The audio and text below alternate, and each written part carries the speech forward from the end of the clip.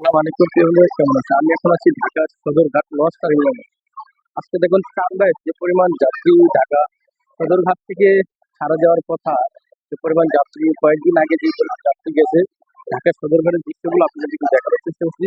যে পরিমাণ যাত্রী আছে ঢাকা সদরঘাট লঞ্চ টার্মিনালে, অবশ্যই বেতুয়া চরবেশন যারা যাতায়াত করবেন আপনারা এই ঢাকা সদরঘাটের এই লঞ্চ টার্মিনালে চলে আসতে পারেন।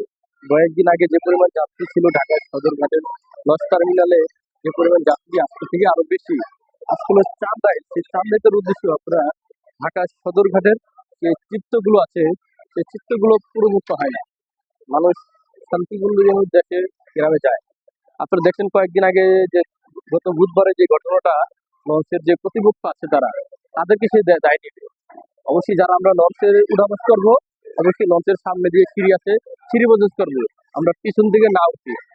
আজকে দেখুন যে যাত্রী দুজন যে মৃত ঘটনা ঘটলো, এটা মানসিক একটা ঘটনা ঘটেছে আমাদের ঢাকা সদরঘাটে।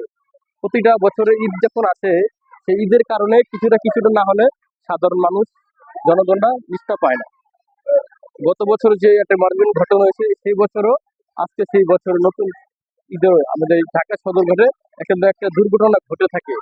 অবশ্যই আমাদের যাত্রী যারা আছে সবাইকে লক্ষ্য রাখতে হবে, সবাই বুঝে শুনে চলতে হবে এই ঢাকা সদরঘাটের যাতায়াত রাস্তাগুলো দিয়ে। অবশ্যই আমাদের ভিডিওগুলো সামনে গেলে ধাক্কা দেবেন না, দেখার অনুরোধ করবে, সবাইকে দেখে দেবে, শেয়ার করে দেবেন। আসসালামু আলাইকুম।